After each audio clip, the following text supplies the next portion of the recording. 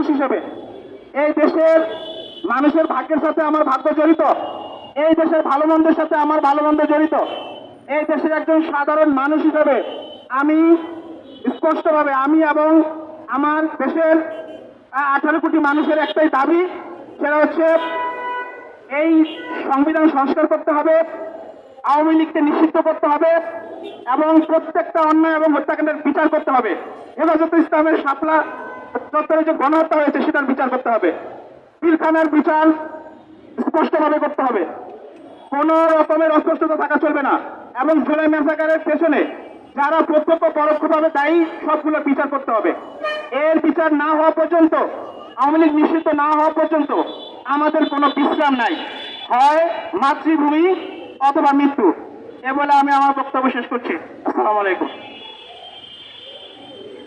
প্রিয় উপস্থিতি, সাংবাদিক বন্ধুগণ, এই পর্যায়ে আমাদের সামনে বক্তব্য রাখবেন মানবাধিকার সংগঠন লাউড হাউসের সম্মানিত সিনিয়র সহ সভাপতি, বিশিষ্ট লেখক সাংবাদিক জনাব মাসুম বিল্লাহ। জনাব মাসুম বিল্লাহ। আসসালামু আলাইকুম। জাতীয় মানবাধিকার সংস্থা লাইট হাউস আজকে জুলাই বিপ্লব আন্দোলনের ঘোষণাপত্র এবং নতুন সংবিধান প্রণয়নের দাবিতে আমরা আজকে যে মানববন্ধন করছি, ধন্যবাদ জানাচ্ছি সকল সাংবাদিক বন্ধুদেরকে। আমরা একটা ক্লান্তিকর মুহূর্তে প্রতিনিয়ত পার করছি।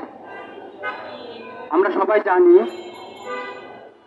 আমাদের দেশে একটা গণহত্যা হয়েছে, এটা সার্বিকভাবে স্বীকৃত। আমরা চাই কারা, কিভাবে, কেন এই গণহত্যা চালিয়েছে তার সুষ্ঠু তদন্ত, তার সুষ্ঠু বিচার এবং যারা এই গণহত্যা চালিয়েছে তাদেরকে বিচারের মুখোমুখি দাঁড় করিয়ে তাদের বিচার নিশ্চিত করা। সাথে সাথে জুলাই বিপ্লবের ঘোষণাপত্র অতি শীঘ্রই দান করতে হবে। জুলাই বিপ্লবের ঘোষণাপত্র প্রদান না করলে এই বিপ্লব ধূলিসাৎ হয়ে যাবে, এই বিপ্লব ধুলায় মিটে যাবে। সুতরাং